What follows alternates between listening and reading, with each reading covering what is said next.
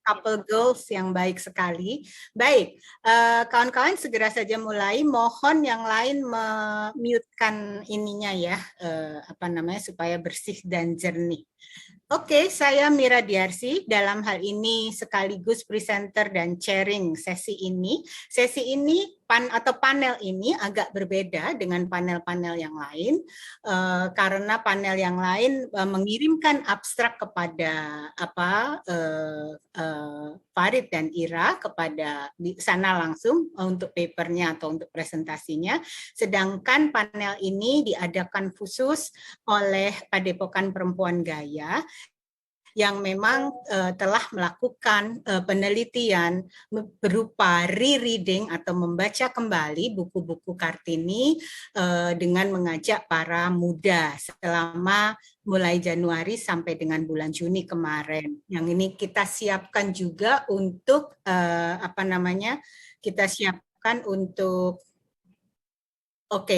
udah dibeli ke situ. Kita siapkan untuk konferensi ini juga. Jadi apa yang dilakukan, saya minta izin sebelum memperkenalkan para speakers, 3 orang yang nanti akan beserta saya juga akan memberi penghantar. Saya akan memberi penghantar.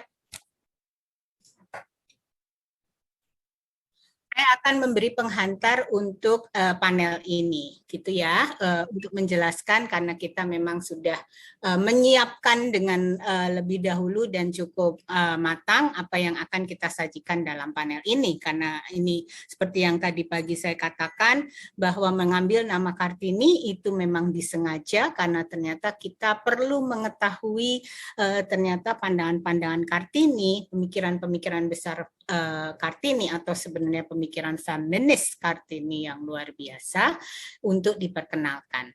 Oke, jadi sebelum nanti memperkenalkan panel, saya langsung dan untuk memudahkan kawan-kawan, saya dibantu Sartika, kita menyiapkan PPT ini ya supaya lebih mudah.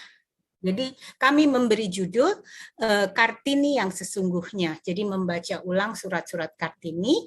Ini memang suatu kegiatan yang diorganisir Padepokan Perempuan Gaya.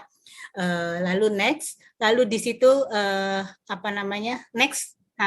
Ya, topik bahasan ialah buku dan jumlah surat, kemudian pertanyaan-pertanyaan pentingnya, kemudian gagasan penting Kartini, timeline-nya juga dikatakan, lalu ajakan bergandeng tangan. Lanjut saja, Kak. Lanjut, Kak. Oke. Nah, tentu tujuannya seperti belum. Karena kita gelisah betul dari mulai yang tahun lalu, itu karena pemahaman tentang Kartini ini kok kami menganggapnya terjadi collective misunderstanding yang luar biasa gitu ya. Semua kalau tidak kalau tidak sinis ya keliru gitu pandangannya terhadap Kartini, maka kita ingin mengidentifikasi dan mengumpulkan pemikiran-pemikiran feminis Kartini untuk menjelaskan sebetulnya apa sih yang dia sebut dengan emansipasi, ialah prinsip keadilan dan kesetaraan, itu tujuannya. Next. Nah, kalau kami mengumpulkan buku-buku yang memuat surat Kartini, itu kalau boleh ada tumpukan gambarnya. Pertama, buku yang diterbitkan oleh KITLV 1987 yang khusus surat-surat kepada Nyonya Abendanon Madri dan suaminya. Itu memang buku tebal 600 halaman. Yang kedua buku R.A. Kartini Emansipasi, surat-surat kepada bangsanya, itu Jala Sutra terbitan tahun 2017 dan juga yang lebih lama oleh penerbit Jambatan. Lalu yang tidak kalah penting, ini lebih kecil dan tipis, ini aku mau judulnya langsung menembak feminisme dan nasionalisme, karena ini berisi surat-surat kepada Stella Sihandelar selama 1899-1903. Kalau yang kepada Abendanon itu 1900 sampai 1904 ya. Ini waktu ini agak penting. Lalu yang keempat buku Letters from Kartini Kartini, An Indonesian Feminist 1904. Ini terjemahan oleh Jos Kote, diterbitkan oleh Monash University pada tahun 1992. Jadi buku yang kemudian tahun 1992 itu sudah bisa menunjuk, sayangnya bahasa Inggris ya, langsung bilang Indonesian Feminist gitu. Kemudian yang buku kelima adalah Kartini, ini buku terbaru, surat-surat lengkap dan berbagai catatan, juga oleh Jos Kote, tapi diterbitkan oleh Kompas Gramedia pada tahun 2022.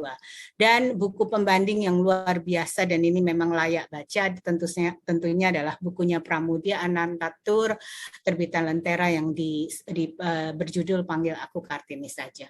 Baik, next.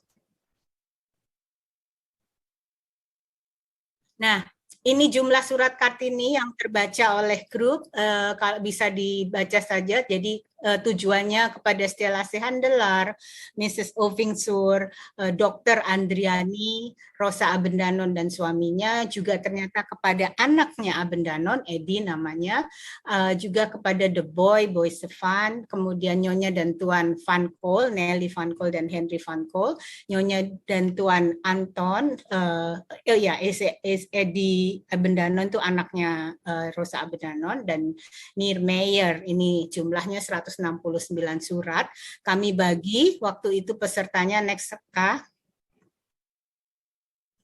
Iya, kami bagi kepada peserta. Sebenarnya yang minat awal adalah 17, kami mulai bulan Januari dengan perjumpaan daring setiap 2 minggu, apa yang hasil bacaannya, kemudian diskusi harian dilanjutkan lihat via WA Group.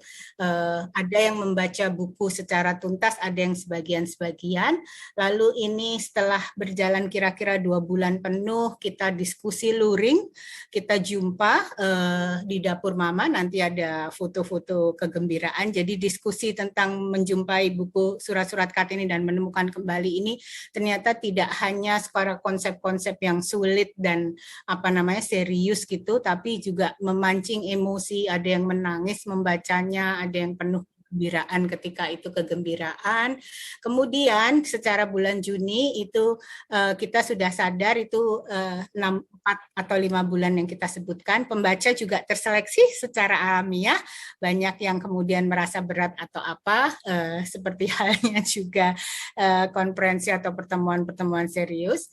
Maka kita pada bulan Juni itu sudah mempunyai judul yang baik untuk keperluan panel konferensi ini, ialah menemukan Kartini sesungguhnya, yang ternyata sangat relate, sangat kontak. Ini bahasanya anak muda banget, aku relate banget dengan ketika membaca Kartini, karena ternyata itu berkesesuaian dengan perjalanan personal atau personal journey dan political personal journey mereka masing-masing ya. Pesertanya ini laki-laki dan perempuan mulai 23 tahun sampai 80 tahun. Jadi ini suatu lahan yang kata Sylvia tadi pagi itu benar-benar harus dibersamai secara lebih rutin dan tekun.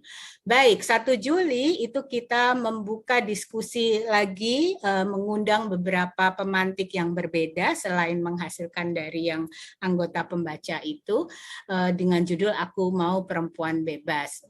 Salah satunya adalah Dewi Chandraningrum yang juga hadir, tapi saya nggak tahu apakah hadir dalam forum panel ini atau tidak. Lalu dipuncaki dengan 21 Juli 2023 kita tampilkan dalam First Annual Kartini Conference ini.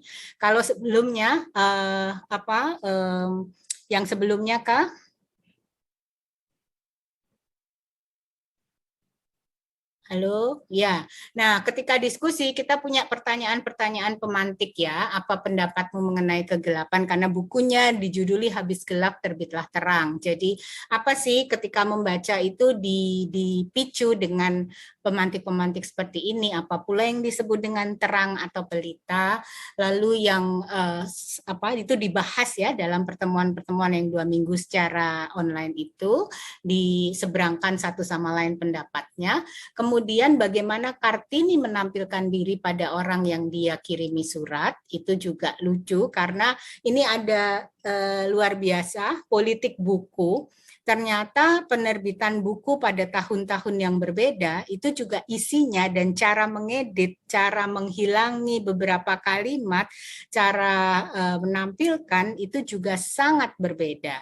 Apa yang saya sebut misalnya tampil dalam pertanyaan ini, kalau di buku yang apa namanya yang lebih banyak itu apa namanya Kartini itu bisa ditulis di situ segala perasaan keintiman, kesayangan, desire kata Sylvie tadi pagi itu dengan sangat baik. Sayanganku, cintaku, kemudian muderce, ibuku, kayak gitu-gitu disebut. Sedangkan di buku-buku yang terbitan saya identifikasi terbitan pada kata masih zaman Orde Baru keras itu yang terhormat itu aja gitu-gitu ya. Jadi keintiman sebagai suatu ekspresi yang lebih jujur itu juga sudah mengalami pengeditan.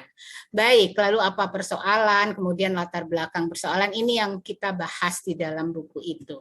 Next Kak. Yang sesudahnya ini. Nah, ini sekedar gambar-gambar saja.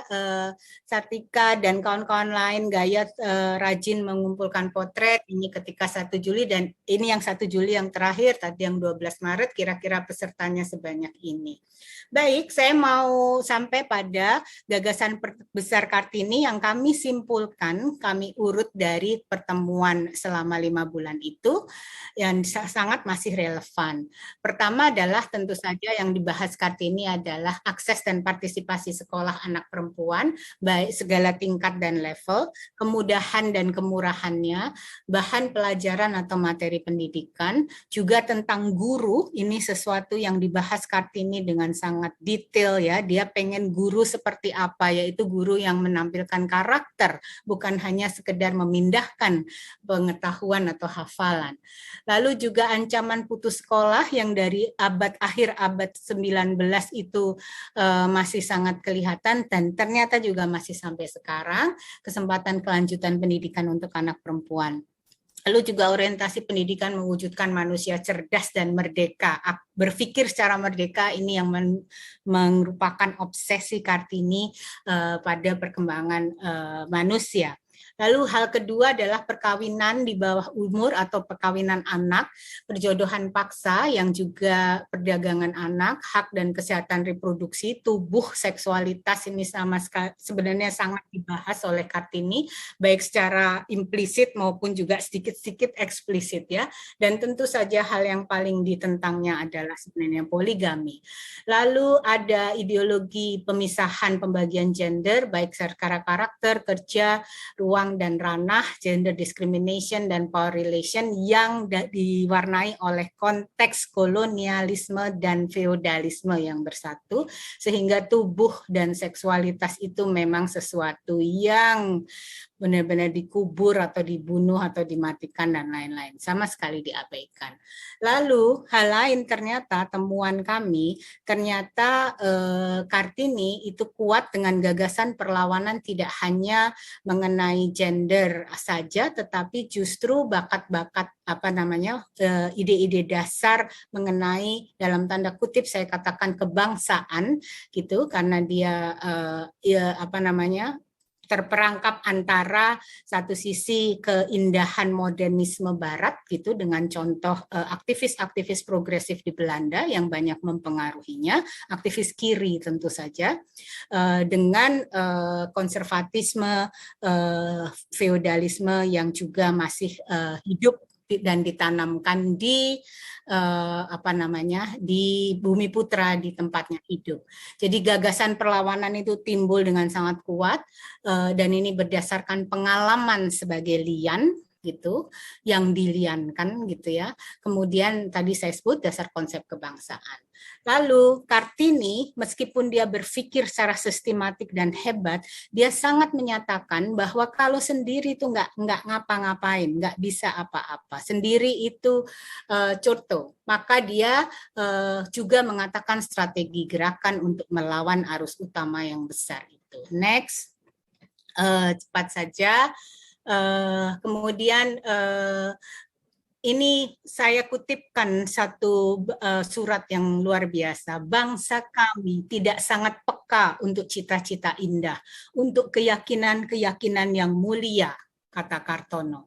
Kami harus membuat mereka heran dengan contoh yang berbicara dan memaksa mereka untuk mengikutinya. Dengan demikian, kami akan membalas dendam birahi, kata Sylvia tadi, yang paling baik bagi kekasih kami, yaitu dengan kekuatan memulai kerja raksasa yang kami rasakan sebagai panggilan hidup, mengakhiri ketidakadilan yang menyebabkan kemarahan umum dan 1000 kali mematahkan hati puluhan ribu perempuan, dan sekarang mematahkan hati yang sangat kami cintai.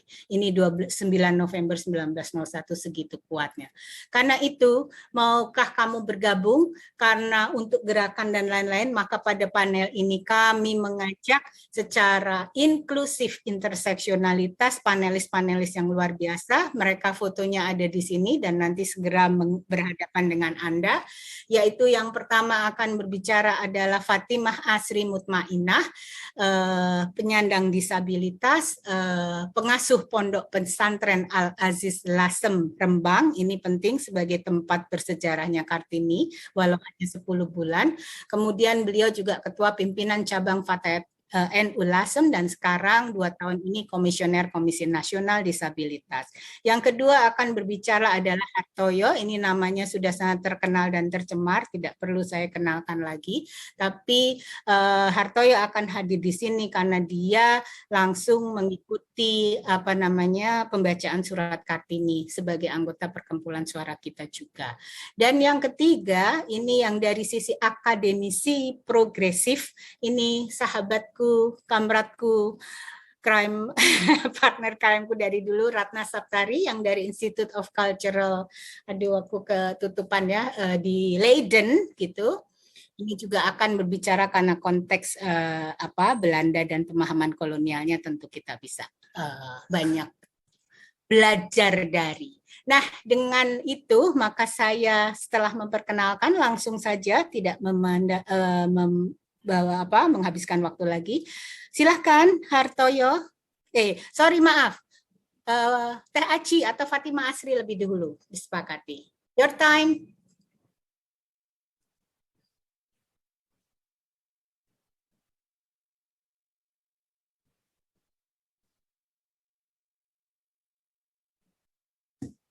Ya, apakah suara saya bisa terdengar dengan jelas?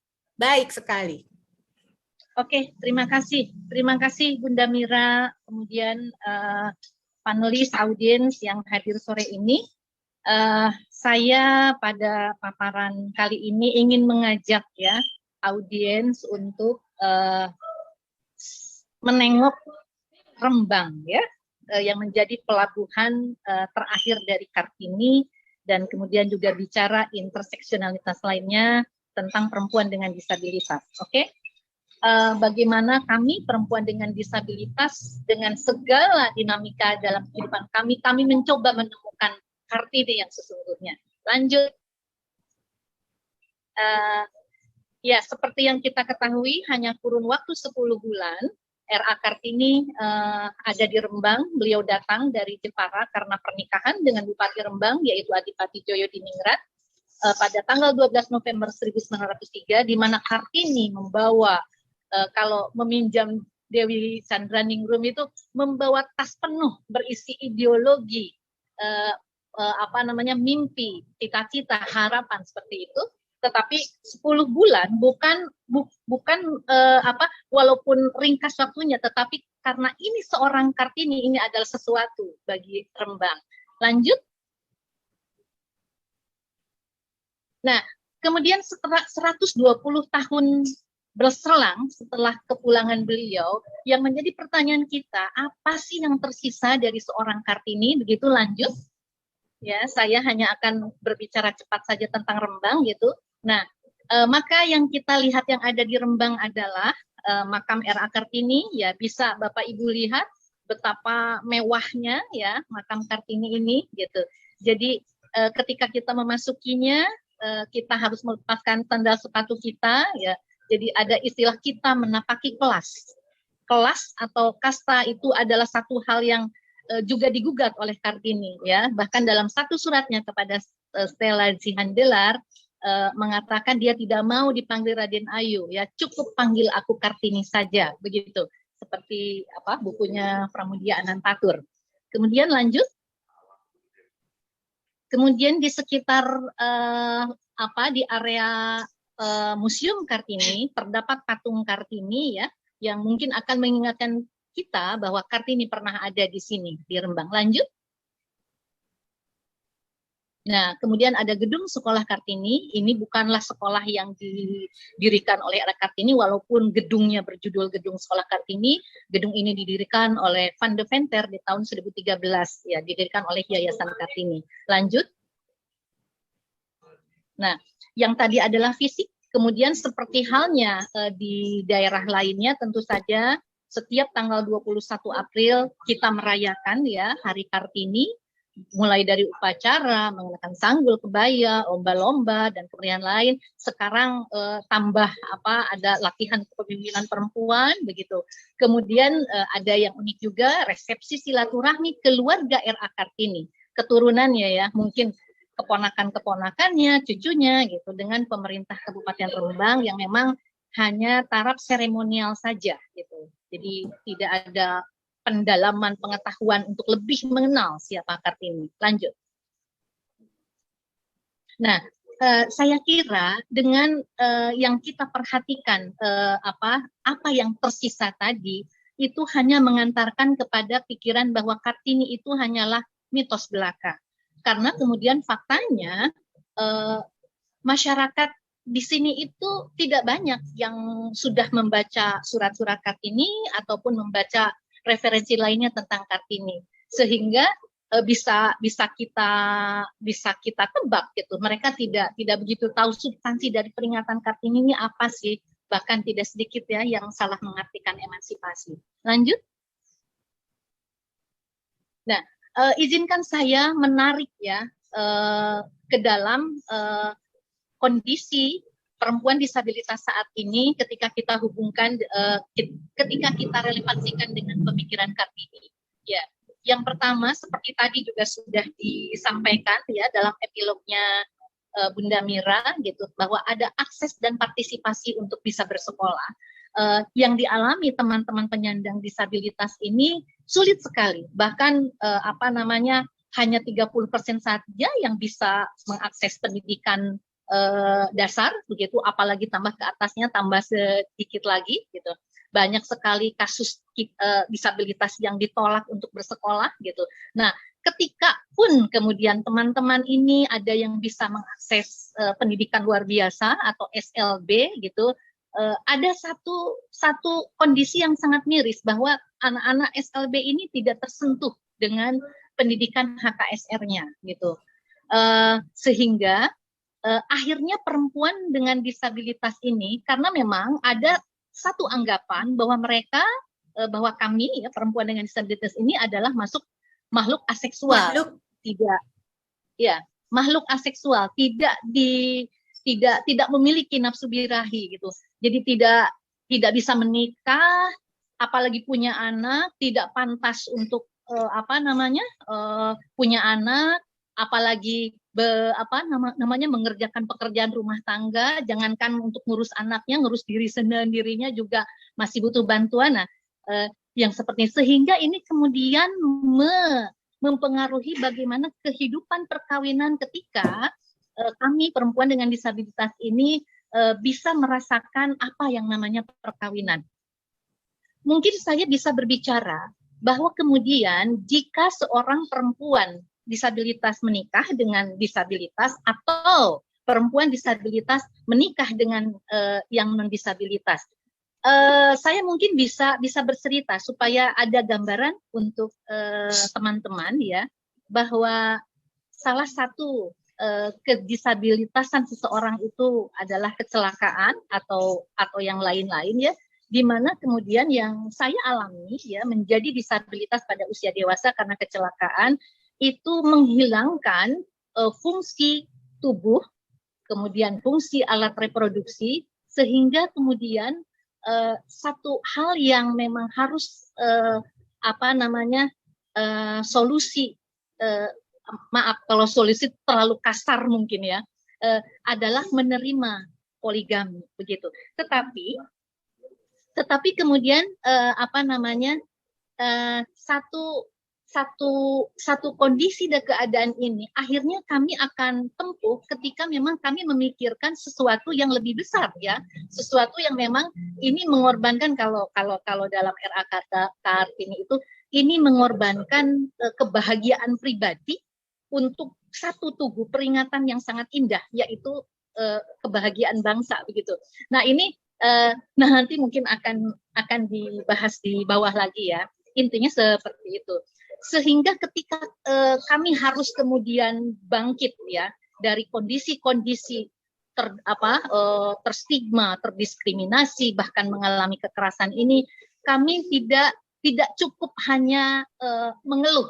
Tidak, kalau memang kita menginginkan bahwa ini bukan Kartini banget loh seperti ini gitu, maka kita harus memikirkan bahwa ada yang harus kita rubah gitu.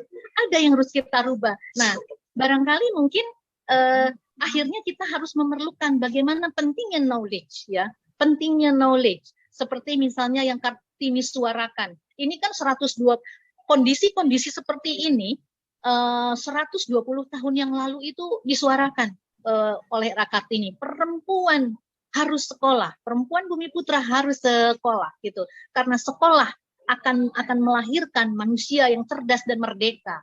Demikian juga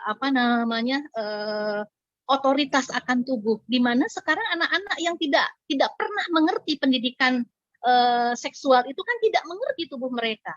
Bahkan ketika mereka mendapat kekerasan pun mereka tidak paham bahwa itu adalah kekerasan begitu. Sehingga kemudian akhirnya di antara kami ketika ini menjadi sesuatu yang disuarakan, maka betul bahwa seperti Bunda Mira ataupun yang tadi pagi Mbak Silvi katakan, tidak bisa dilakukan sendiri, maka ini patut disuarakan bersama. Oleh karena itu komunitas menjadi sangat penting bagi kami untuk bisa menjadikan itu sebagai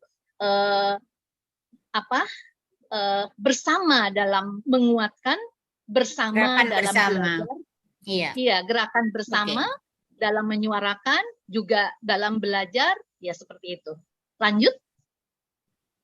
Nah, mungkin perlu saya sampaikan bahwa ada satu surat Kartini yang sangat menginspirasi kami ya, perempuan dengan disabilitas, ditulis 1 Agustus 1903 kepada Nyonya Abendanon. Halo? Mana ininya?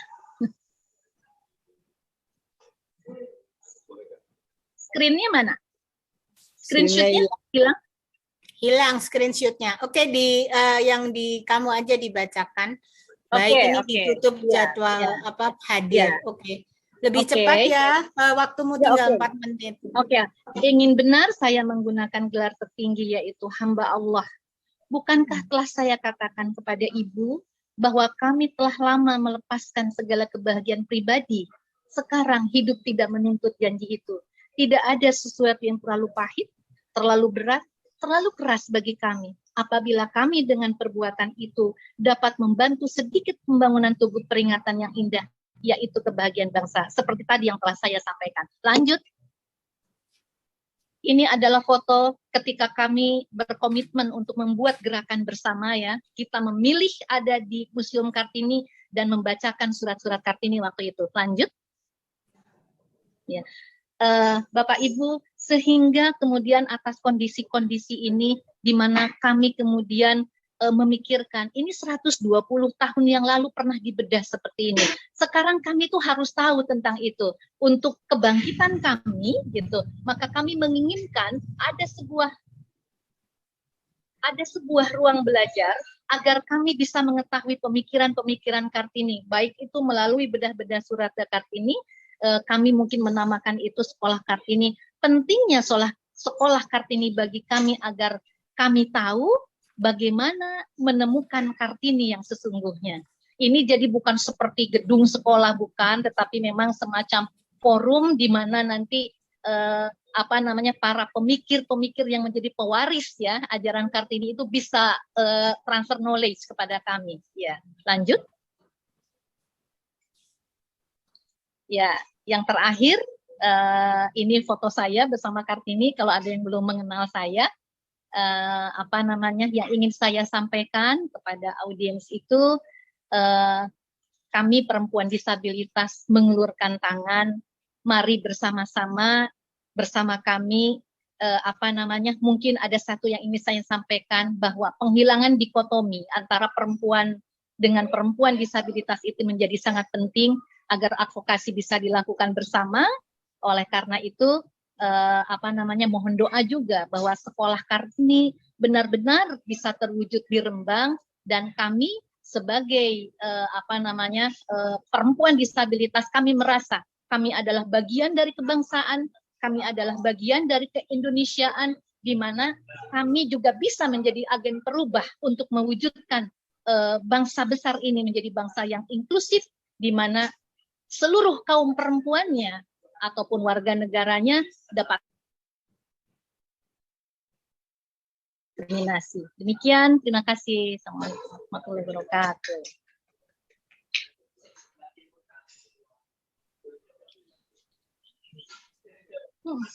Baik, terima kasih. Langsung saya pindahkan ke speaker berikutnya, Hartoyo. Silakan waktumu.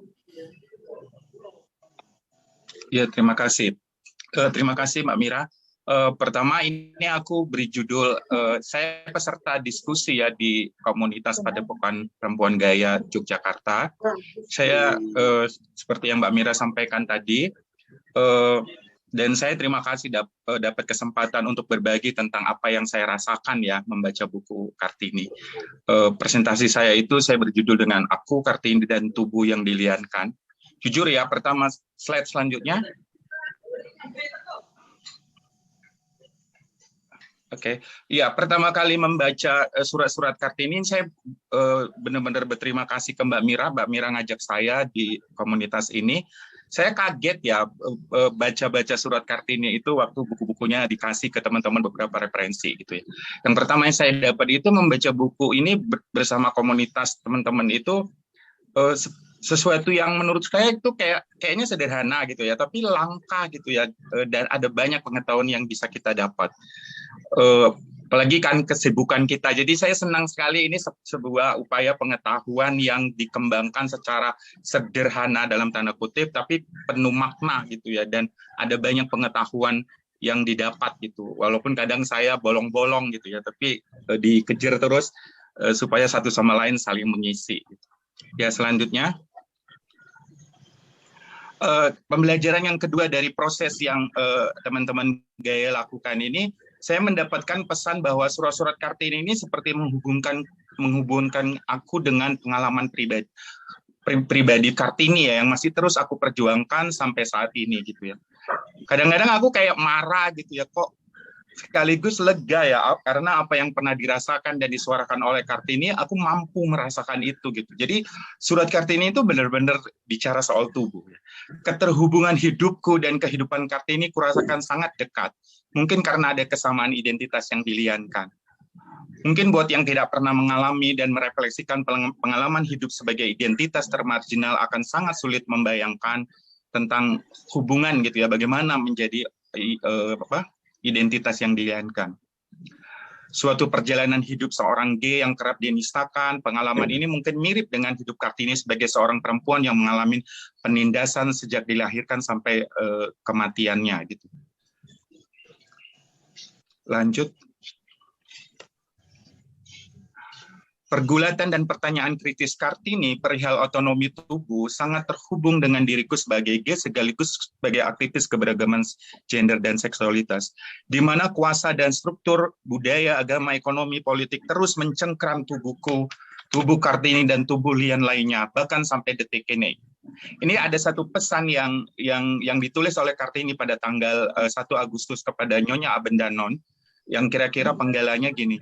Dengan sedih saya bertanya kepada diri sendiri, apakah laki-laki tidak dapat mengagumi tanpa sekaligus ingin memiliki? Betapa kami, perempuan berdiri tak terhingga lebih tinggi, kami dapat mengagumi, menghormati tanpa ingin memiliki. Bagi saya, mengagumi dan menghormati itu suatu kebahagiaan gitu. Jadi betapa laki-laki menurut Kartini itu melihat tubuh perempuan itu sebagai objek dan sebagai syahwat gitu ya, kepuasan syahwatnya para laki-laki patriarki. Maka apakah aku, kamu, dan kita semua di negeri ini dapat melihat aku, kawan-kawanku, perempuan disabilitas, teman-teman Ahmadiyah, orang-orang HIV, pekerja seks gitu ya, dilihat sebagai manusia yang utuh dengan ragam identitasnya gitu. Jadi surat Kartini ini benar-benar merefleksikan ke saya tentang kelompok-kelompok marginal.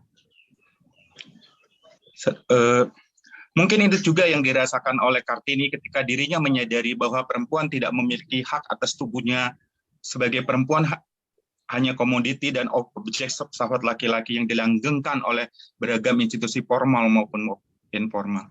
Bahkan Kartini pernah mengungkapkan ketidakinginannya untuk menikah dan sangat mengkritik institusi perkawinan.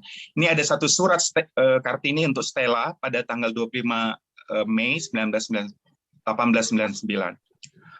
Aku merindukan kebebasan untuk menjadi seorang yang mandiri, tidak tergantung pada siapapun, tidak pernah harus menikah, tapi kami harus menikah. Harus. Tidak menikah adalah kejahatan yang paling berat bagi seorang perempuan Muslim, yang paling memalukan bagi gadis bumi putra dan keluarganya. Ngeri banget ini.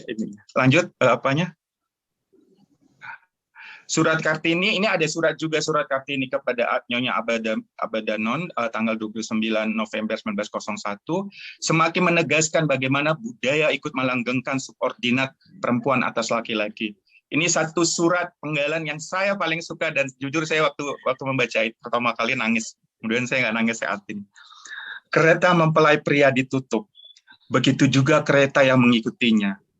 Payung-payung bergaris emas terbuka menyeberangi alun-alun. Iringan-iringan itu memilukan, membuat kami terharu dan ingat akan iringan-iringan jenazah. Mempelai putri beringsut-insut pada lututnya menghampiri mempelai pria, lalu menyatakan di muka orang banyak tentang tunduknya kepada laki-laki yang diciptakan Tuhan baginya. Ketika telah dekat sekali di hadapannya, mempelai putri menyembah dengan takjimnya, lalu dengan rendah hati mencium kaki mempelai pria. Kemudian mempelai putri menyembah lagi dengan amat patuhnya, dan keduanya bangkit berjambat tangan menuju pelaminan. Ini apa sekali ya? Oke. Aku tidak selanjutnya.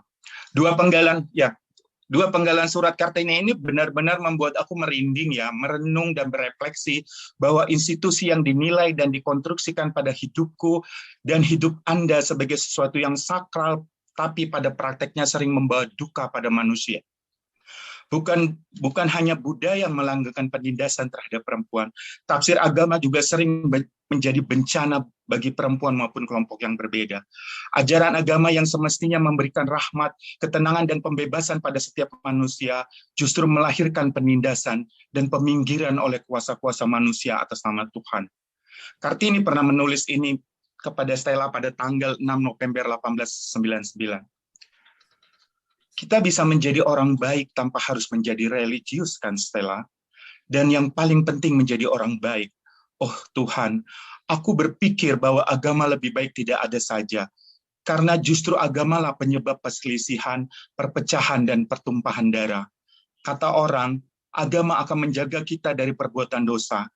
Namun berapa banyak dosa yang diperbuat atas nama agama?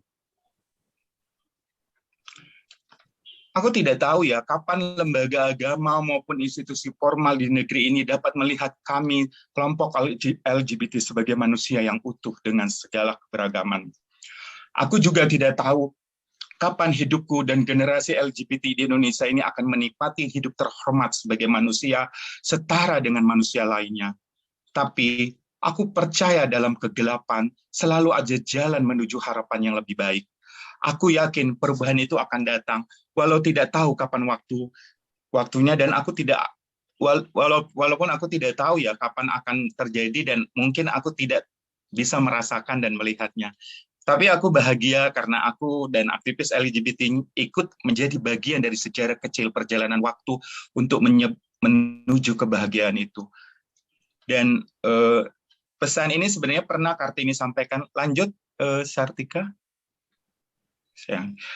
Di dalam suratnya yang lain, tapi saya nggak kutip ya, Kartini juga pernah mengatakan nggak tahu kapan akan berubah, walaupun dia yakin bahwa beberapa generasi akan bisa nikmatin gitu.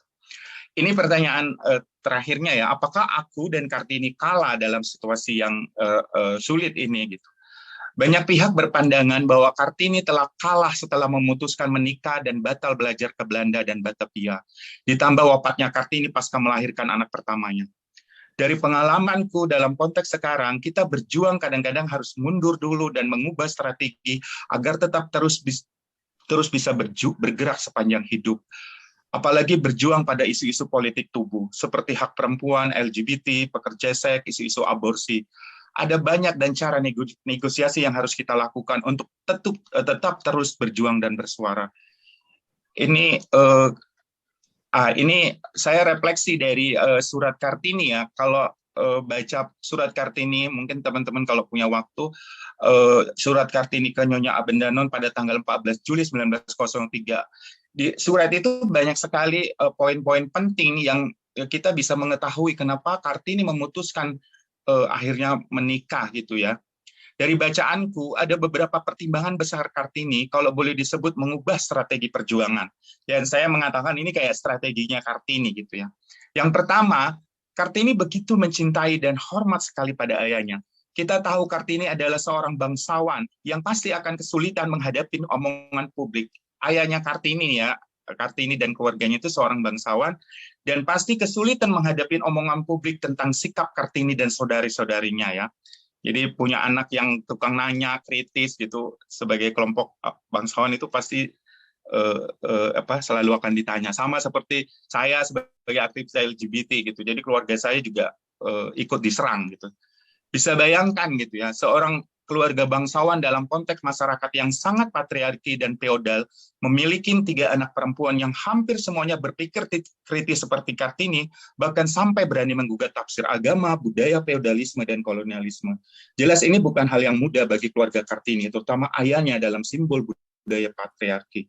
Ini bisa menjadi ancaman atau hukuman sosial bagi politik, bagi sang ayah maupun keluarga Kartini.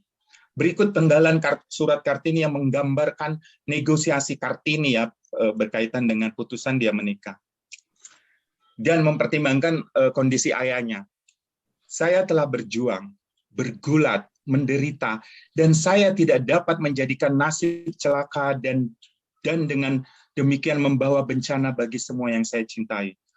Maka lebih baik dengan tangan sendiri menimbulkan luka kematian pada hati daripada menjadi nasib buruk semua yang saya sayangin.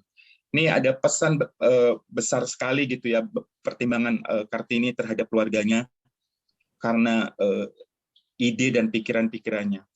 Masih dalam surat yang sama gitu ya, Kartini menuliskan syarat ketika dia menikah. Jadi saat Kartini mau menikah, dia juga memberikan syarat ya. Mungkin teman-teman sudah pernah baca ya.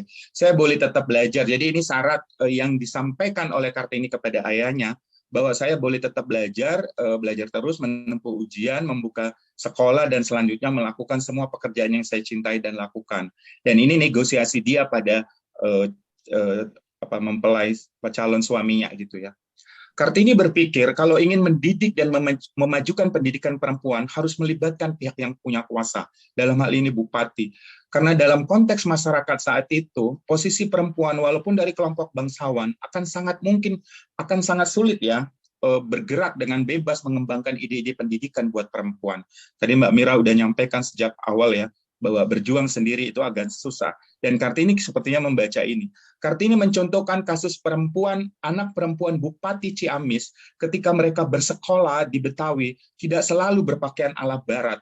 Dia tetap saja diganggu sedemikian sehingga dia menanggalkan pakaian nasionalnya dan mengenakan pakaian barat. Jadi pengalaman anak Bupati Ciamis ini kayak jadi pelajaran Kartini itu, bagaimana perempuan itu harus bernegosiasi gitu. Saya baru nggak juga ya di anak perempuan ini di sekolah.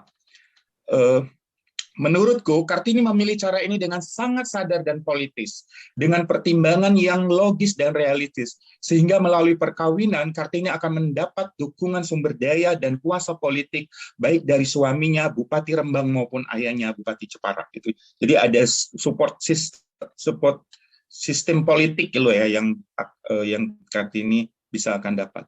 Pertanyaan selanjutnya, mengapa Kartini memilih pendidikan bagi anak perempuan dan perempuan ya. Surat Kartini untuk Nyonya Ambedaman pada tanggal 10 Juni 1902 menjawab alasan besar Kartini memilih pendidikan perempuan sebagai caranya berjuang untuk perubahan. Pastinya karena pengalaman hidupnya sebagai anak perempuan Jawa yang sulit mendapatkan akses pendidikan.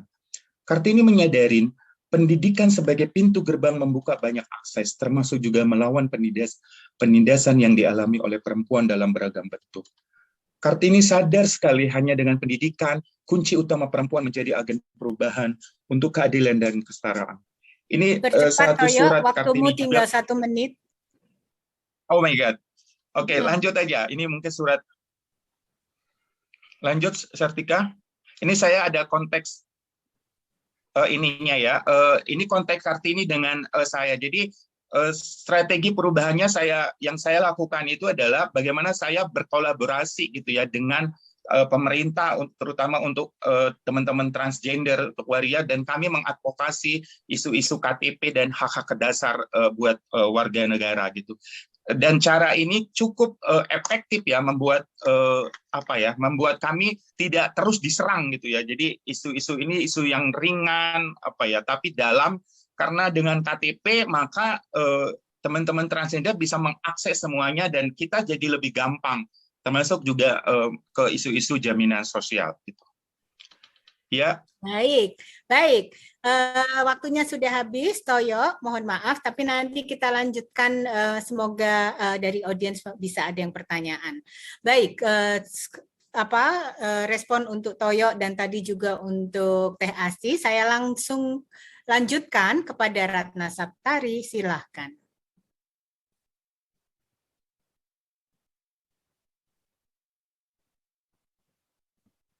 Ya, terima kasih. Bisa dengar nggak suara saya?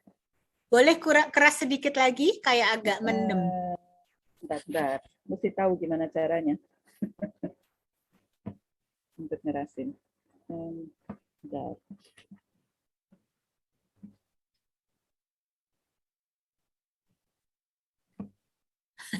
Wajahnya tenggelam. Iya, enggak. Nah, sekarang udah baik. Tadi tertutup. Oke, silakan.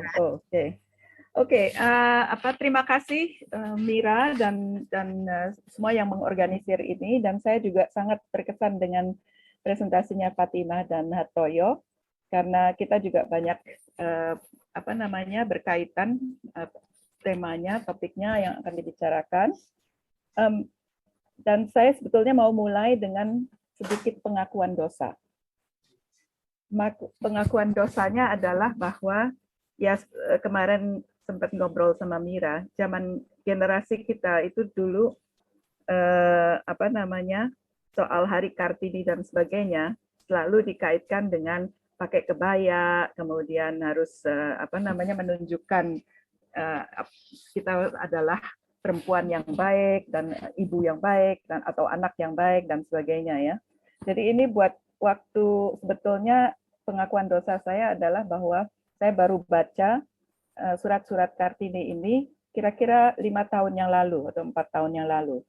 Dan betul-betul saya sangat kaget dengan apa yang dia tulis ya, bahwa dia bisa di masanya, di dalam lingkungannya, dia bisa menyuarakan rasa pemikirannya dan emosinya dan sebagainya di atas kertas. Nah, ini yang buat saya sangat luar biasa. Jadi sebetulnya saya mau angkat beberapa hal yang muncul karena saya juga membaca surat-suratnya secara lebih teliti tentang bagaimana sebetulnya Kartini itu juga dibingkai atau dilihat oleh orang-orang menurut konteks sejarahnya. Mungkin yang berikutnya, coba bisa di. Nah, ini kita apa yang saya alami itu sebetulnya hasil pembingkaian, hasil framing istilahnya ya.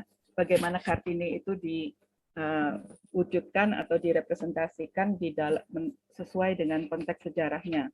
Nah, pembingkaian itu pernah figur dia sebagai tokoh anti kolonialisme, anti feodalisme itu sudah sejak zaman revolusi sudah muncul ya. Kemudian dia sebagai pahlawan nasional itu tahun 1964 keputusan Presiden Soekarno ini bersama Cut Nyak-Dien, Cut Nyak-Mutia itu dikategorikan sebagai pahlawan nasional. Tapi kemudian juga zaman Soeharto, bagaimana dia dianggap sebagai ibu negara dan dikaitkan dengan Butin Soeharto gitu ya. Saya nggak tahu apakah di antara kalian mengikuti perkembangan itu, bagaimana simbol Kartini adalah simbol ibu negara yang sebagai ibu yang baik dan sebetulnya bertanggung jawab atas perkembangan keluarga dan sebagainya.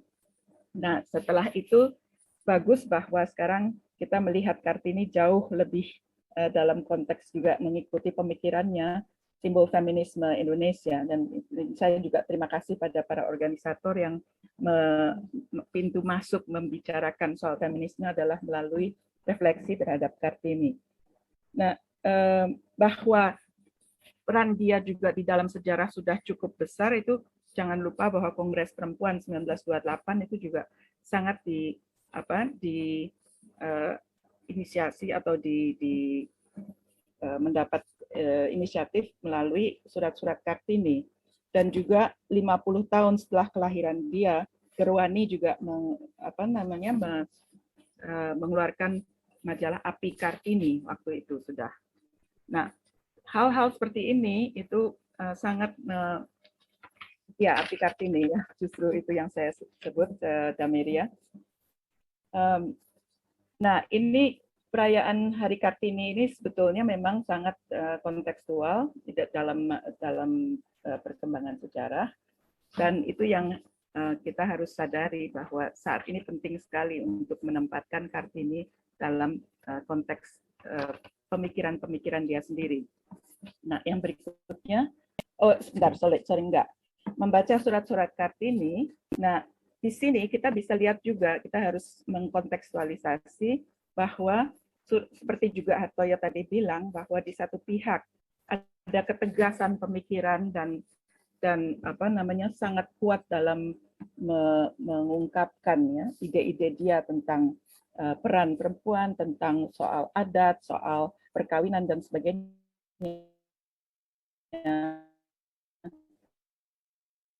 Di lain pihak ada hubungan dia dengan ayahnya, sebagaimana tadi disebut, sampai batas tertentu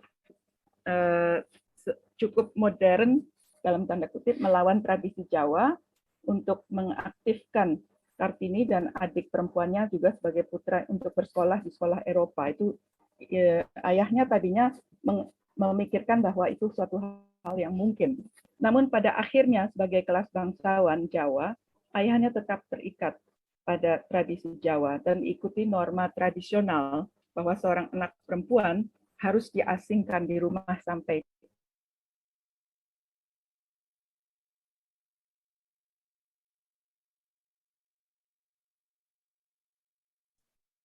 Fris ya Ratna ya.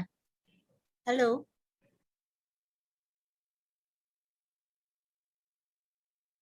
Kak, bisa dilanjutkan saja itunya, Ratna Fris kayaknya. Rat? Halo?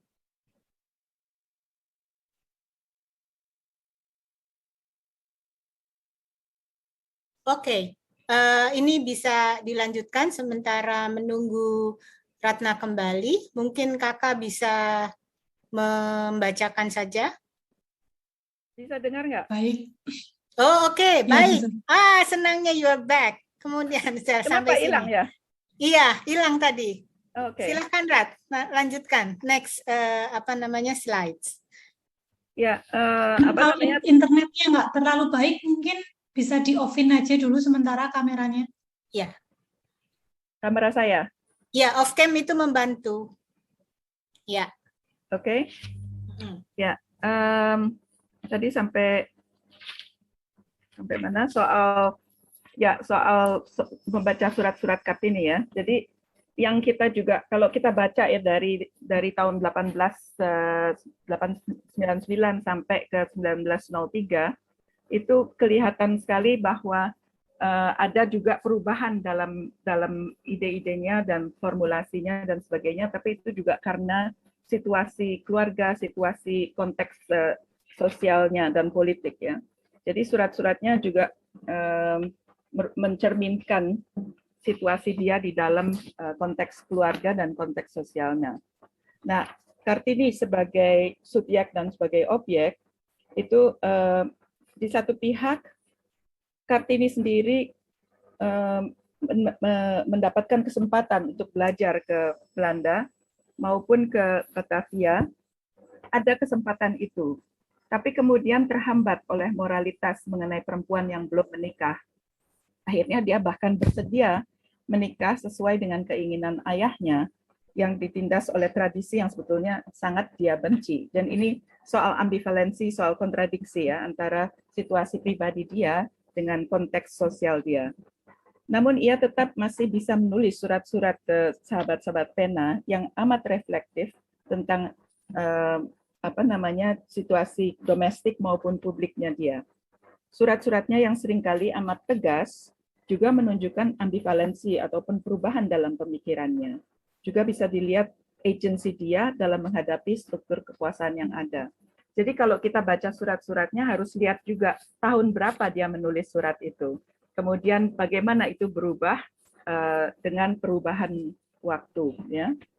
Nah, sekarang pandangan tentang adat ini saya mau bacakan surat dia yang amat menarik, yaitu ditulis pada Estella Sehandelar tanggal 25 Mei 1899. Ini bisa dibaca.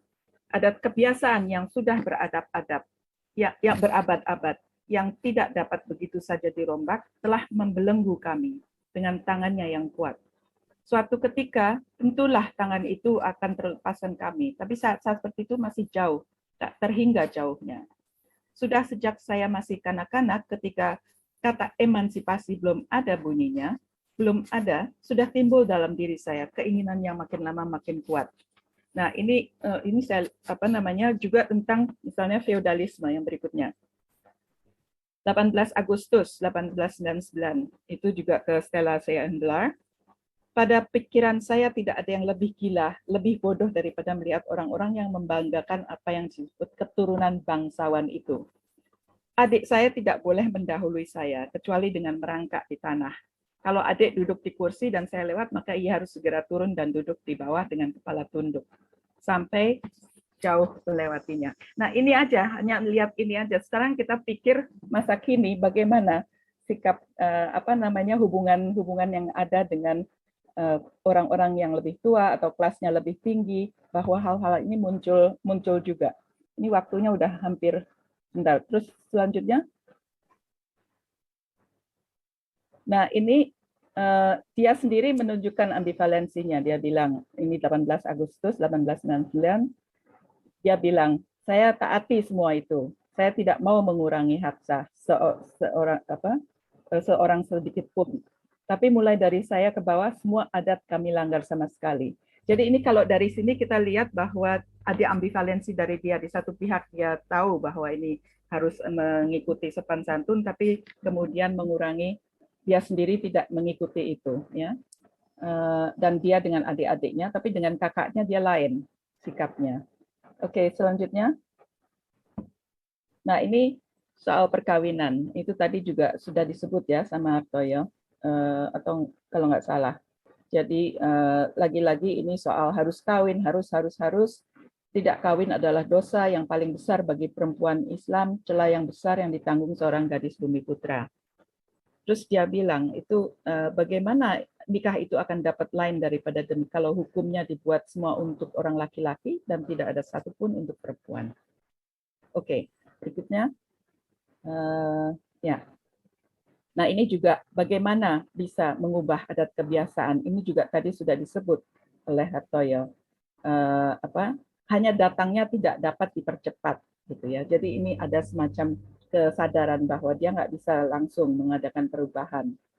Tapi nasib celaka itu tak terelakkan pasti, tetapi sudah itu tak boleh tidak akan muncul kemenangan. Oke, berikutnya. Nah, jadi orang waktu itu apabila sekarang ini juga soal belajar keluar, ya, bentar. Untuk belajar ke luar negeri yang dia sudah inginkan dan dia sudah sebetulnya diperbolehkan oleh ayahnya, tapi kemudian ayahnya berubah pikiran. Jadi akhirnya dia mengatakan, ini tahun 1903, apabila sekarang kami pergi, maka kami akan menjadi asing bagi mereka. Maksudnya mereka orang Indonesia dan atau orang Jawa. Dan kalau beberapa tahun lagi kami kembali, kami akan dipandang sebagai perempuan Eropa. Jadi ini dia sudah agak menyesuaikan ya dengan situasi saat itu, bagaimana pandangan terhadap ini kalau dia keluar. Nah, di sini untuk merenungkan posisi Kartini, kita harus lihat interseksionalitas antara kelas dan gender, dan perempuan di satu pihak sebagai subjek, tapi juga sebagai objek. Jadi ini soal dilema dan kontradiksi seringkali. Dan idealisme dan realitas hidup, ini anti perkawinan dan poligami sebagai wujud adat dan agama, tapi ia tetap melaksanakannya. Ya. Dan disebabkan karena hubungannya dengan ayahnya. Tapi juga ambivalensi para pejabat Belanda yang tadinya mendukung rencana Kartini, dan adik-adiknya untuk sekolah di Belanda atau Betawi, tapi kemudian berubah pikiran. Oke, berikut. Nah, ini untuk renungan kita, ya. Feodalisme dan perilaku yang dianggap sopan dan menghormati, dan apa yang dianggap tidak sopan dan tidak menghormati. Saat kapan narasi yang mana yang mendominasi hidup individu, di ranah yang mana? Dan sejauh mana adat dijadikan alat untuk menentang kapitalisme dan dominasi negara. Nah, kita selalu lihat kayak masyarakat adat, AMAN, Asosiasi Masyarakat Adat Nusantara, itu menggunakan alat atau bahasa adat ya untuk melawan kapitalisme dan sebagainya, atau pengambilan lahan dan sebagainya, itu menggunakan kata adat. Tapi sejauh mana digunakan oleh penguasa lokal untuk negosiasi dengan aparat negara untuk keuntungan sendiri. Dan bagaimana kita melihat interseksionalitas ataupun kontradiksi antara yang domestik dan publik, maupun soal kelas, ras atau etnisitas, agama, ataupun generasi dalam membentuk persepsi diri. Kalau masih ada? Masih ya, sedikit juga lagi, Ratna, silakan. Ya, jadi ini untuk merenungkan ya soal usia perkawinan yang dari 16 tahun menjadi 19 tahun, lalu pertanyaannya adalah bagaimana menjamin bahwa perkawinan itu merupakan keputusan yang diambil oleh perempuan sendiri. Karena ya seperti kita tahu angka untuk child marriage itu masih sangat tinggi. Juga soal adat tadi sudah saya sebutkan, menggunakan narasi tentang adat untuk melawan kapitalisme dan sebagainya, tapi seringkali itu juga menjadi seperti, saya nggak tahu apa kalian tahu kasus Mama Yosefa di Papua, di mana dia berusaha untuk melawan ya pengambilan lahan, tapi kemudian kepala adatnya yang kong kali kong dengan para anggota pemerintahan dan sebagainya. Oke, ini soal ini. Saya pikir itu cukup untuk diskusi kita bersama. Ya, dengan sedikit kehambatan teknis tadi sudah diberikan ekstra waktu. Baik, kawan semua yang sudah dengan setia mendengarkan 3 panelis dan penjelasan awal dari saya, silahkan sekarang menyampaikan komentar, barangkali pertanyaan dan keraguan-raguan pengalaman dari sisi Anda. Monggo, sampai dengan 30 menit ke depan kita punya waktu itu. Silahkan. Sudah ada Ita yang mengangkat tangan. Langsung saja, Ta. Singkat, padat, dan memberi kesempatan pada yang lain. Monggo. Ita. Loh, hilang. Ita kemana? Oke, saya berikan Ellen Yasak dulu. Silahkan, Mbak Ellen. Ini. Udah nih aku. Ya, sudah. Lanjut. Sudah. Udah? Aku. Ya, lanjut langsung. Ya. Aku ingin menambahkan saja dari apa yang sudah tadi disampaikan oleh Mira, kami dari RUAS sudah mendata tentang tulisan-tulisan yang menulis tentang Kartini ada 41 buku.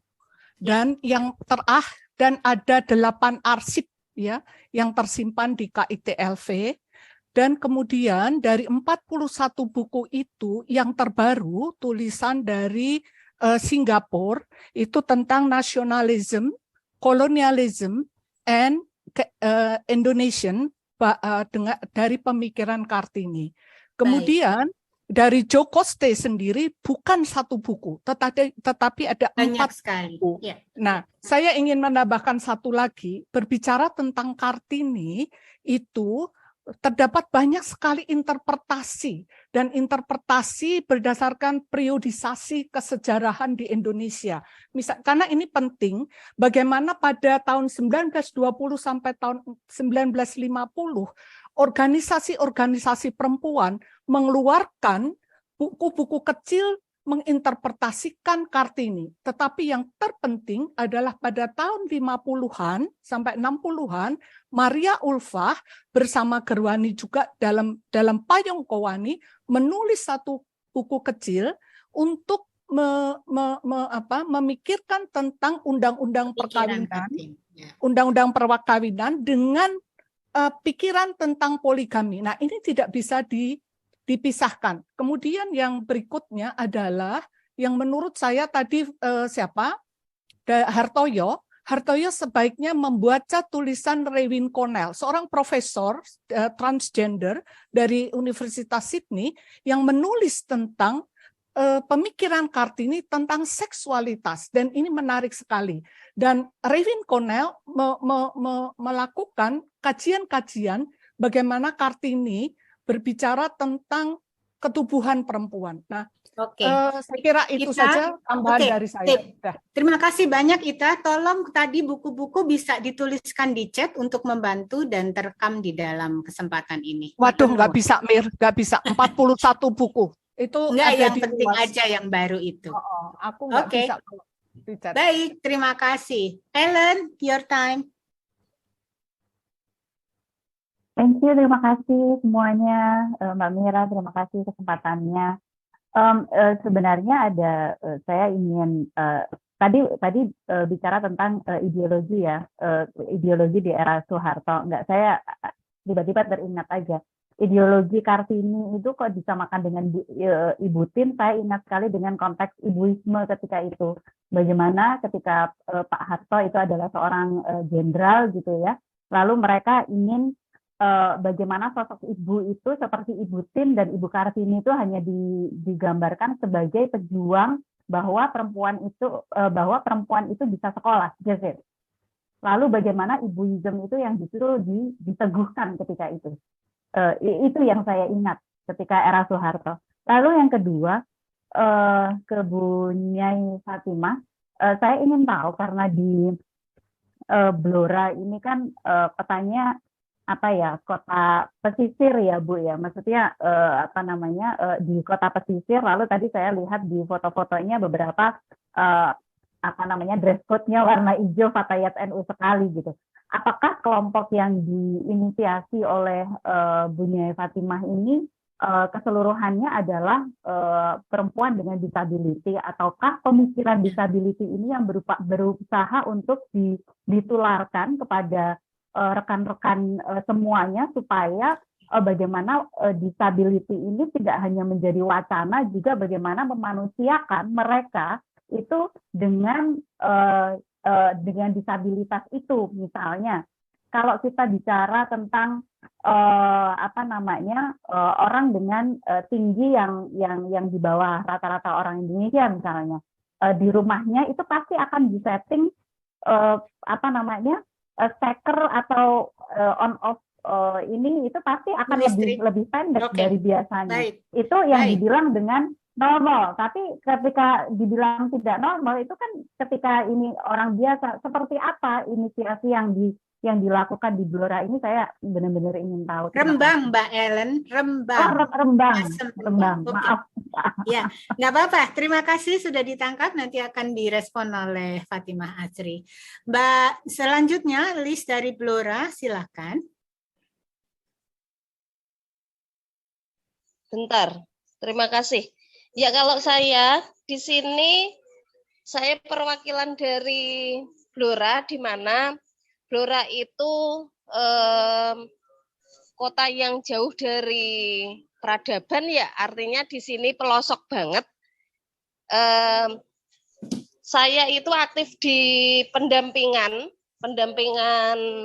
perempuan yang sebenarnya keluhan yang ada di Blora itu banyak anak-anak di bawah umur, seperti kemarin saya dikeluhin ada beberapa orang yang minta mati.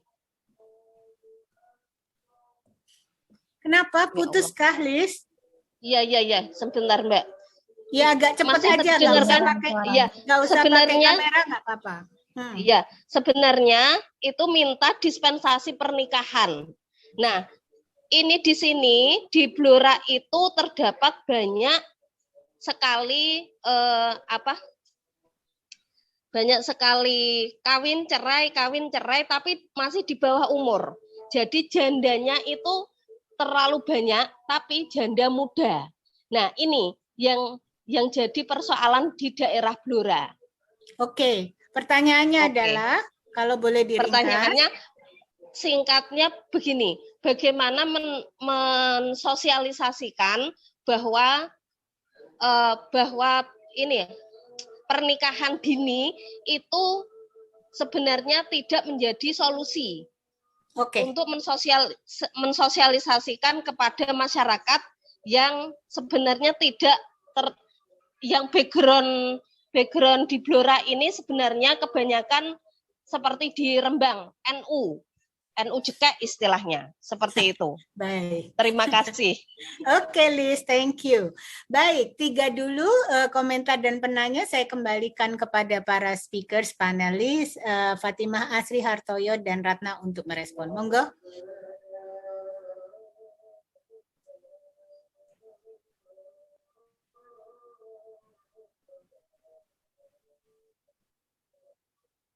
Siapa yang mau duluan? Teh Aci? Sila. Iya, sebentar. Itu tadi yang pas Mbak Ellen saya menerimanya putus-putus. Bisa di ini kan baik, soal disabilitas. Ya, bisa adalah soal disabilitas. Bagaimana mengumpulkan kawan-kawan disabilitas, apakah sengaja mereka perempuan disabilitas dengan ide-ide seperti yang dikatakan Kartini, atau orang biasa juga dengan menyeberangkan atau mentransfer isu-isu disabilitas. Itu pertanyaan dari Ellen, khusus untuk Rembang. Iya. Oke, terima kasih Mbak Ellen. Barangkali kalau saya boleh bercerita sedikit, sebelum saya ada di isu disabilitas, saya ada di gerakan perempuan dulu gitu ya, di Fatayat itu. Tentu ketika kemudian pertama saya itu mengajak teman-teman disabilitas ya, perempuan disabilitas seperti ada dalam paparan saya, kami mendirikan HWDI untuk pertama kali di tahun 2020 itu. Jadi saya ajak karena memang penting untuk memahami bahwa kehidupan bagaimana memerdekakan diri gitu ya. Ketika kita punya hak untuk merdeka, maka ketika kita bicara hak untuk merdeka, maka kita punya kewajiban yaitu memerdekakan diri, dan itu harus harus pakai ilmu gitu loh. Pakai ilmu. Nah, ini kemudian penting bahwa kemudian gagasan-gagasan Kartini ya yang begitu relate gitu loh dengan apa yang kita alami, itu wajib kita pahami. Maka saya mengumpulkan ya, kita berkumpul teman-teman. Nah, penting juga akhirnya kami tidak merasa cukup ketika kami adalah kami, maka kami membutuhkan juga perempuan seperti yang tadi saya sampaikan. Kemudian harus ada penghilangan dikotomi, ada perempuan disabilitas, ada perempuan tidak. Perempuan disabilitas ini adalah juga perempuan. Ini yang kemudian menjadi advokasi kami begitu. Jadi itu bersama-samanya begitu. Mungkin begitu Bunda Mira ya. Yes, thank you. Hartoyo atau Ratna pengen memberikan respon kepada Ita yang juga mengusulkan penyelusuran sesuai dengan trajektori sejarah atau periodisasi sejarah.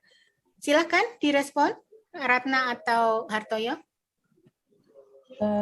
Saya boleh sedikit, ya itu penting sekali soal periodisasi, tapi juga saya ingin menambahkan pengalaman saya periodisasi trayek hidup seseorang, karena seorang anak, seorang teenager dan seorang ibu mungkin bisa punya pemikiran yang lain. Ini saya mau sedikit ceritakan pengalaman saya dengan buruh perempuan di Malang soal bagaimana seorang ibu bisa dengar, sorry.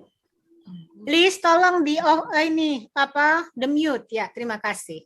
Enggak, bisa dengar, lanjut. Ya, soal penulisan ya, penulisan dari riwayat-riwayat para kaum perempuan juga harus penting untuk lihat trayek hidupnya. Karena saya mau cerita soal seorang buruh perempuan yang dia waktu umur 15 tahun dia dipaksa kawin oleh bapaknya sampai dia digebuk-gebuk dan dia lari keluar.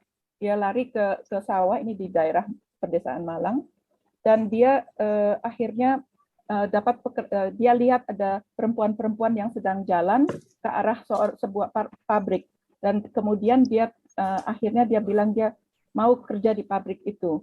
Pada saat dia kerja di pabrik, dia kemudian pulang lagi, ayahnya menerimanya karena dia punya penghasilan untuk keluarga.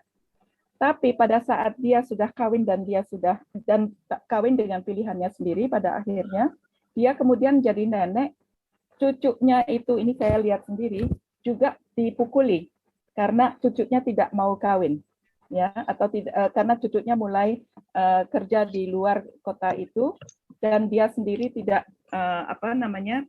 khawatir cucunya itu nanti dianggap perempuan apa, gitu loh. Nah, ini untuk melihat dari seorang individu saja di dalam perkembangan hidupnya, dia bisa berubah pikiran, gitu loh, antara dia sebagai rebel, ya, yang melawan, tapi kemudian dia jadi ibu dan nenek, dia akhirnya anaknya, cucunya itu dia paksa untuk kawin. Jadi ini juga untuk refleksi kita bahwa penting untuk mencatat riwayat hidup orang-orang, bukan hanya dalam periode sejarah, ya ini dalam periode sejarah, tapi sejarah individu. Itu penting sekali kita catat bagaimana pengalaman hidup para perempuan. Itu aja sedikit untuk tambahan. Baik. Dari Hartoyo ada memberikan respon? Enggak, Mbak, lanjut aja. Oke. Kan nggak ada yang baik. khusus. Baik, terima kasih.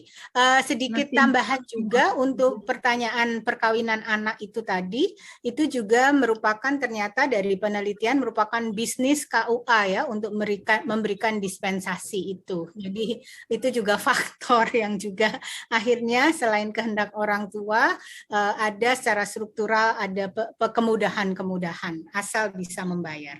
Baik, saya berikan kesempatan penanya atau perespon pengomentar lain, monggo.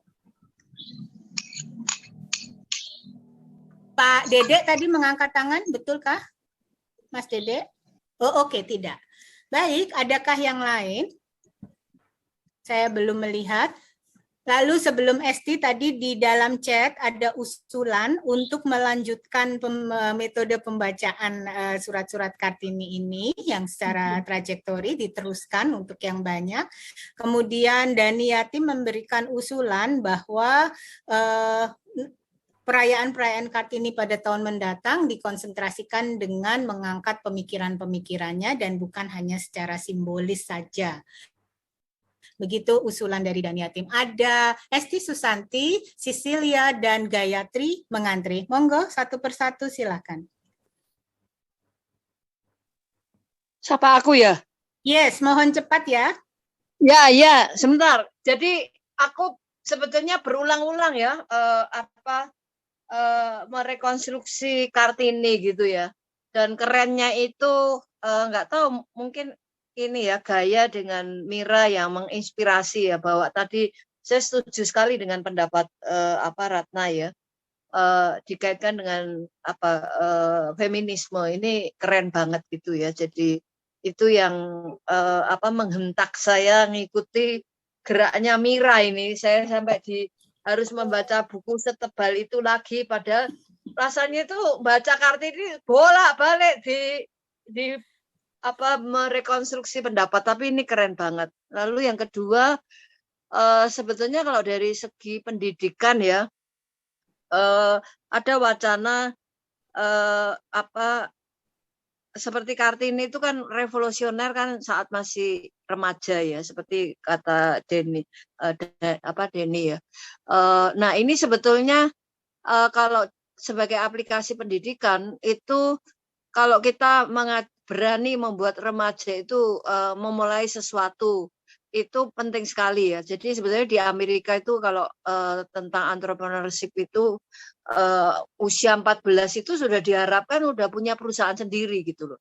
Nah, ini kalau ide ini bisa dikemas bahwa tindakan untuk melakukan sesuatu yang revolusioner untuk dirinya yang positif itu ini adalah satu ide yang belum digali. Saya kira itu. Terima kasih. Baik, dengan semangat nanti join ya Mbak Esti ya. Sisil, silakan kesempatanmu. Selamat sore Mbak Mira dan kawan-kawan semua. Terima kasih untuk sesi yang keren banget. Pas bulan April tahun ini, Jaya Guru tuh mengajak guru-guru untuk membaca surat-surat Kartini. Ya, membaca surat Kartini tapi untuk Stella. Jadi 21 hari membaca Kartini, tapi hanya surat untuk Stella dan kita membacanya seperti seorang sahabat yang menerima surat gitu ya, bukan sebagai sebuah teks referensi.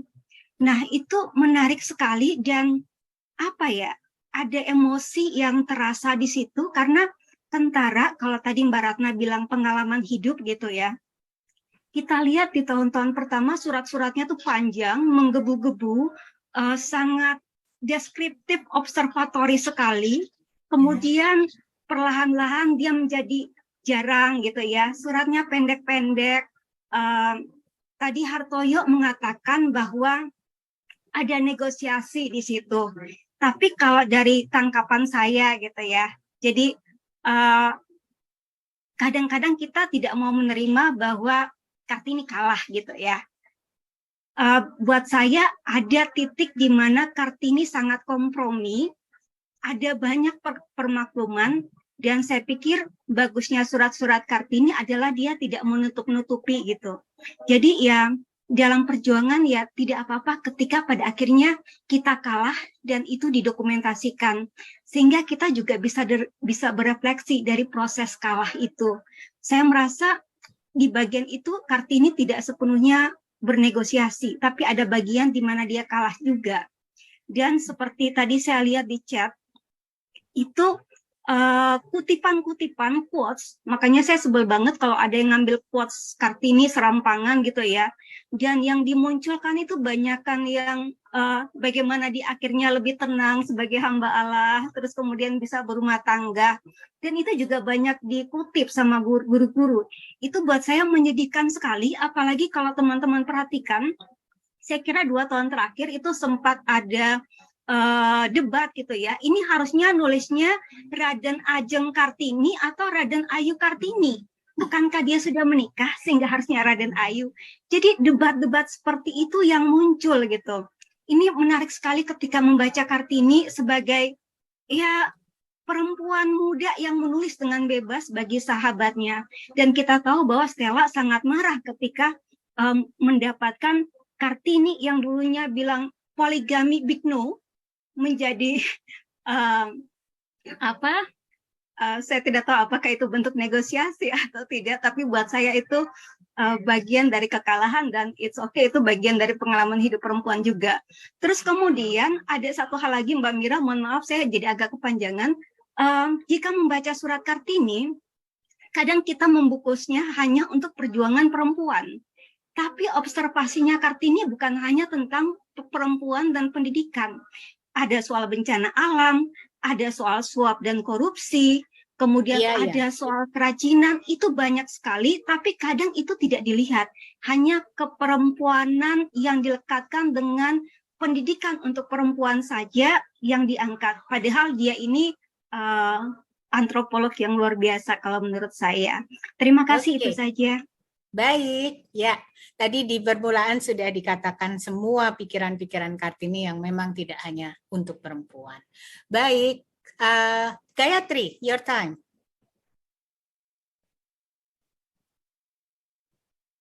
Gayatri, silakan.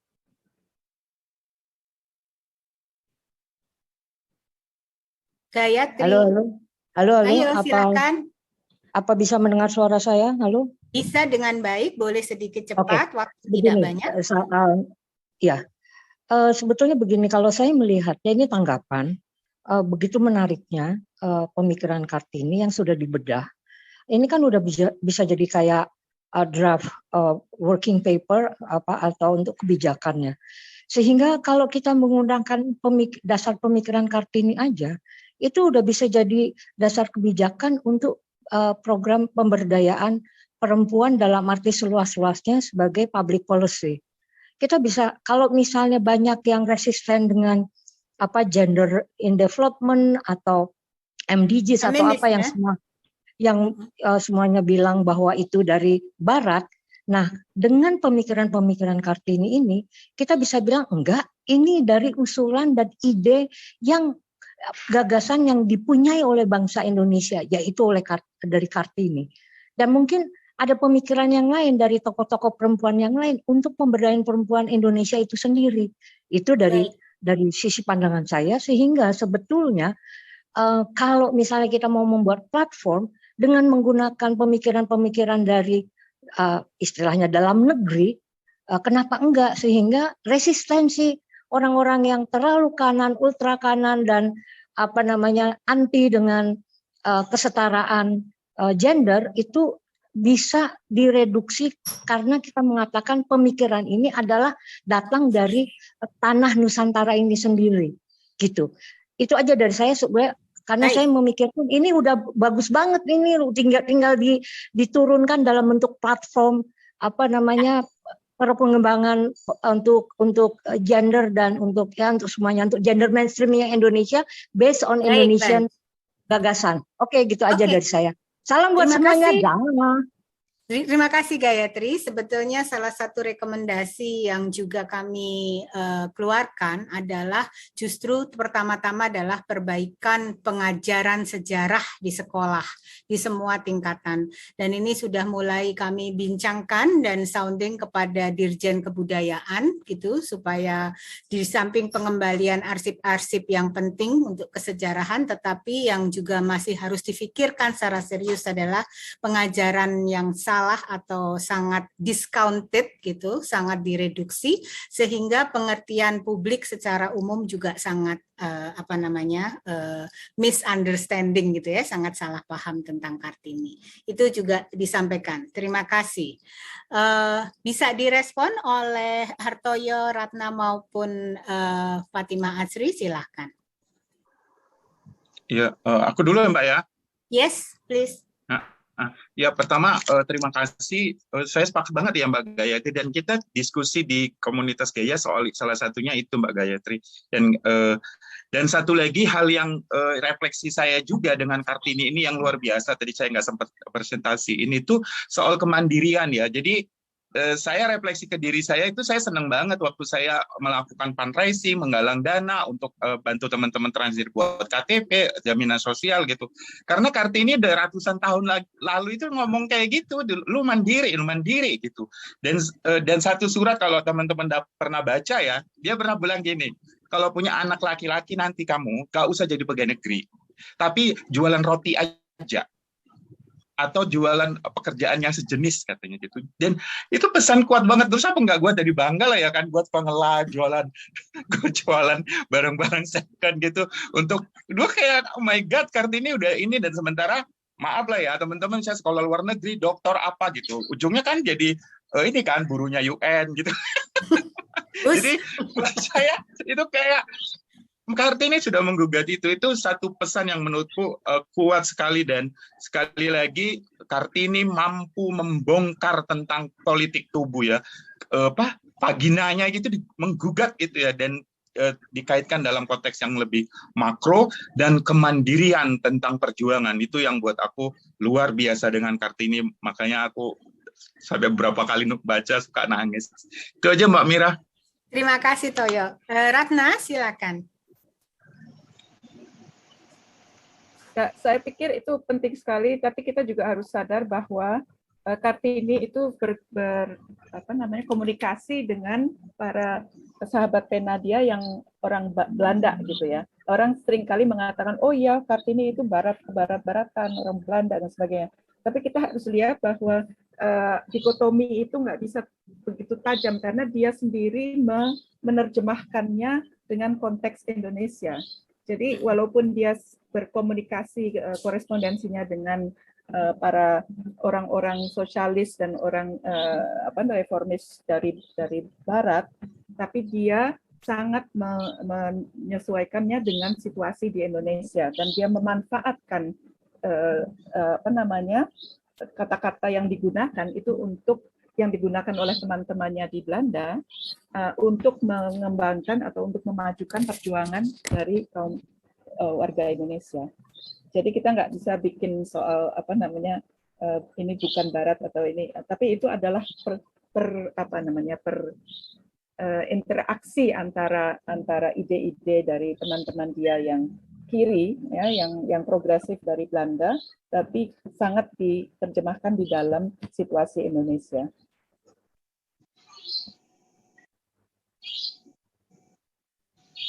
Terima kasih. Teh Aci ada sedikit tambahan? Iya, baik.